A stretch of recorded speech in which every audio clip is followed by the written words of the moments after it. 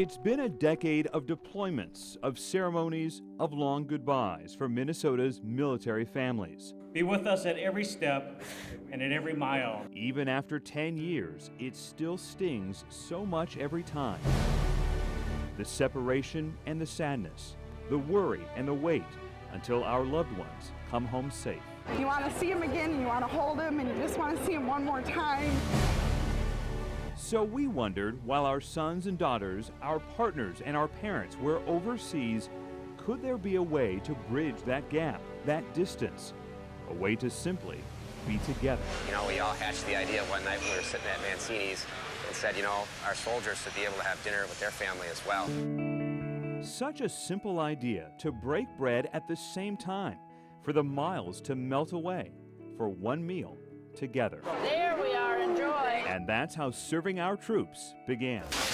Yeah, 32 a pan, right? It's the most gratifying thing I've ever done, just to let people know that when you're serving overseas that we haven't forgotten about you at home. Minnesota nice, definitely. In 2004, a half-dozen Twin Cities restaurants, the Minnesota National Guard, Hubbard Broadcasting, along with other local businesses and civic leaders, first teamed together to help soldiers on the front lines and families on the home front share a meal and a connection. A special treat today for 800 members of the Minnesota National Guard serving in Kosovo. Dinner with their families. Steaks cooked simultaneously in the Twin Cities and at the same time in the war zone, spanning time and space. Back in 2004, there was no Skype, no easy communication. And when can I get an email? Because I've only sent about 10 and I never get a response. So Hubbard Broadcasting engineers, working for a week, assembled a complex communications network to bridge the continents. I miss him a lot. From Minnesota to Kosovo, so families could share a special moment. Happy birthday to you! You guys. If you can't be here so I can embarrass you face to face, this is going to have to do. Short but sweet. Yeah. Very good. I'm just overwhelmed by the generosity of the whole town. Today's event in St. Paul may be the first of its kind ever for the military. The first of its kind in 2004, and Serving Our Troops has kept it going for the past 8 years.